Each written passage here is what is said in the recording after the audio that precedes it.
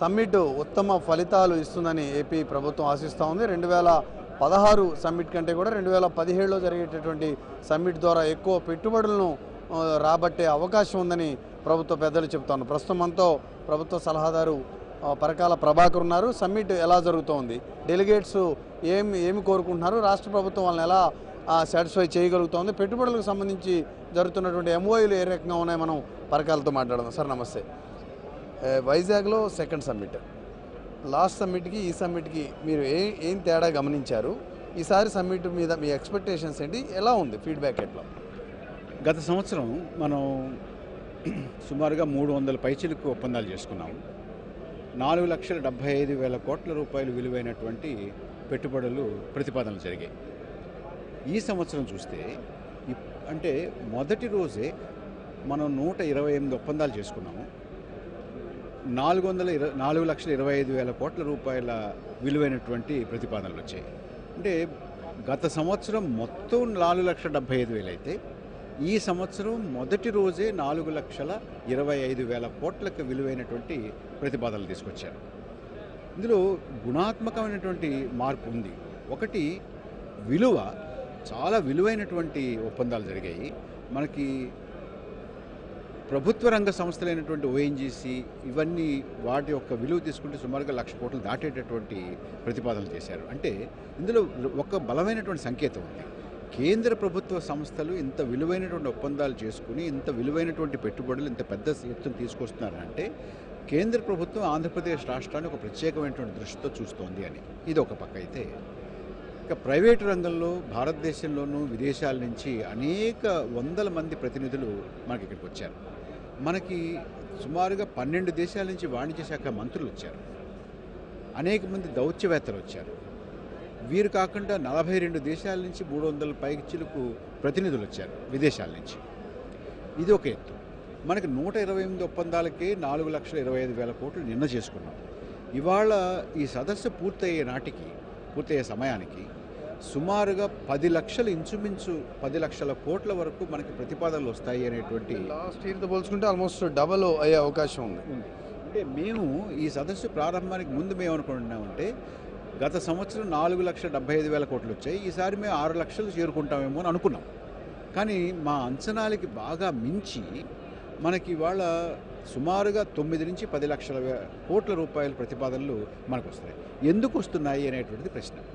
ఎందుకు ఇంత పెద్ద ఎత్తున ఒప్పందాలు చేసుకోవడానికి మనకి ముందుకు వస్తున్నారు, ఉత్సాహం చూపిస్తున్నారు అంటే, గత సంవత్సరం మనం చేసుకున్నటువంటి ఒప్పందాల్లో 48% గ్రౌండ్ అయ్యాయి.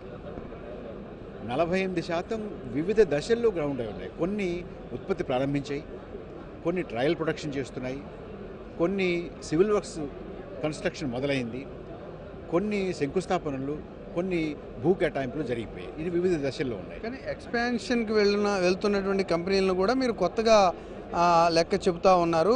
ఉన్న సంస్థలు ఎక్స్పాన్షన్కి వెళ్ళే వాటి మీద కూడా మీరు వాటిని పెట్టుబడిగా ఏ రకంగా చెప్తారనే ఒక పొలిటికల్ విమర్శ ఉంది సార్. అది బహుశా వారికి పరిశ్రమ పెట్టుబడి పెట్టడం అంతగా పరిచయం లేనటువంటి మనుషులై ఉంటారు. అంటే మనం సూట్ కేస్ కంపెనీల గురించి మాట్లాడుకునే అవసరం లేదు. ఇవాళ మీరు ఒక 100 కోట్లతో ఒక పరిశ్రమ స్థాపించారనుకోండి, ఒక 4 ఏళ్ల తర్వాత 5 ఏళ్ల తర్వాత మనం అదనంగా పెట్టుబడి తీసుకొచ్చి దాన్ని విస్తరించి ఒక 300 కోట్లు పట్టుకొచ్చారు. 300 కోట్లు పెట్టుబడి కాదంటామా? 300 కోట్ల వల్ల ఇంకొక 1000 ఉద్యోగాలు వస్తే ఆ ఉద్యోగాలు విస్తరణ కాబట్టి ఆ ఉద్యోగాలు మనం లెక్కలో పెట్టుకోకూడదంటామా? నాకైతే అది అర్థం కావట్లేదు.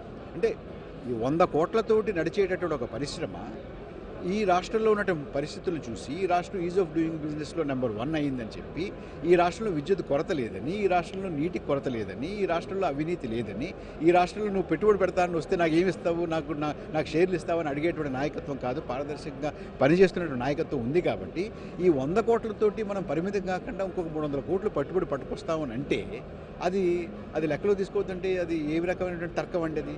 అది అలా ఉంచుదాం. అది మనం సమాధానం చెప్పి దాని గురించి పెద్దగా మనం సమయం వెచ్చించాల్సినటువంటి ఆరోపణ ఏం కాదు, దాన్ని పక్కన పెట్టేద్దాం. అయితే ఇవాళ మనం సుమారుగా 9 నుంచి 10 లక్షల కోట్ల విలువైనటువంటి ప్రతిపాదనలు మనం ముందుకు వస్తున్నాయి.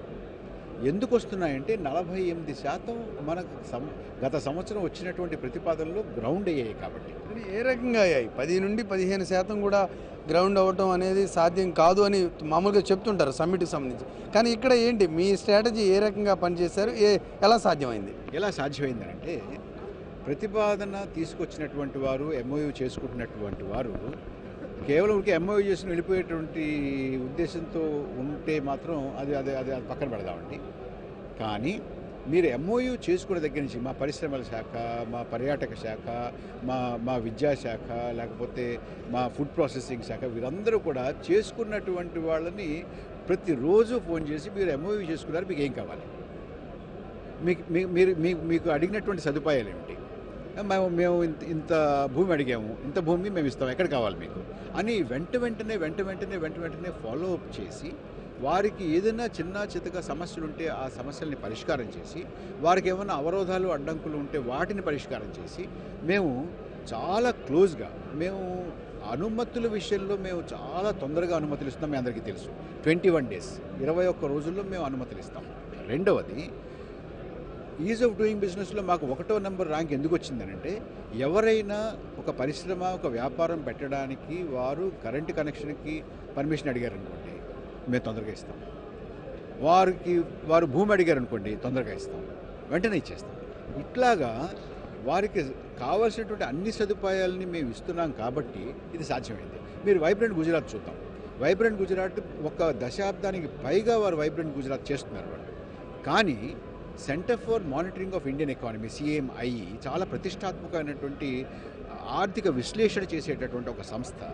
వారు వైబ్రెంట్ గుజరాత్లో గరిష్టంగా 25% సాకారం అయ్యాయి అని చెప్తున్నారు.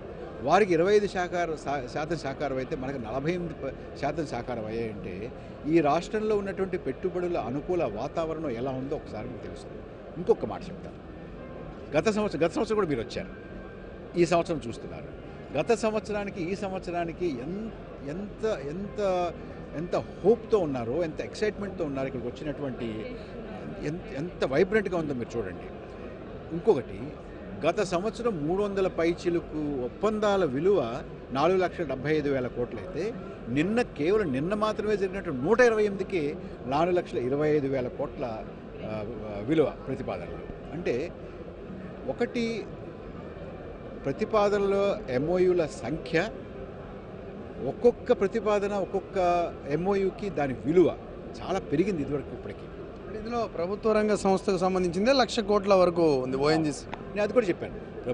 భారత ప్రభుత్వ రంగ సంస్థల యొక్క పెట్టుబడి ప్రతిపాదన అంత పెద్దది ఉందనంటే భారత ప్రభుత్వం ఆంధ్రప్రదేశ్ని ఒక ప్రత్యేకమైనటువంటి దృష్టితో చూస్తోంది కాబట్టి అది సాధ్యమైంది.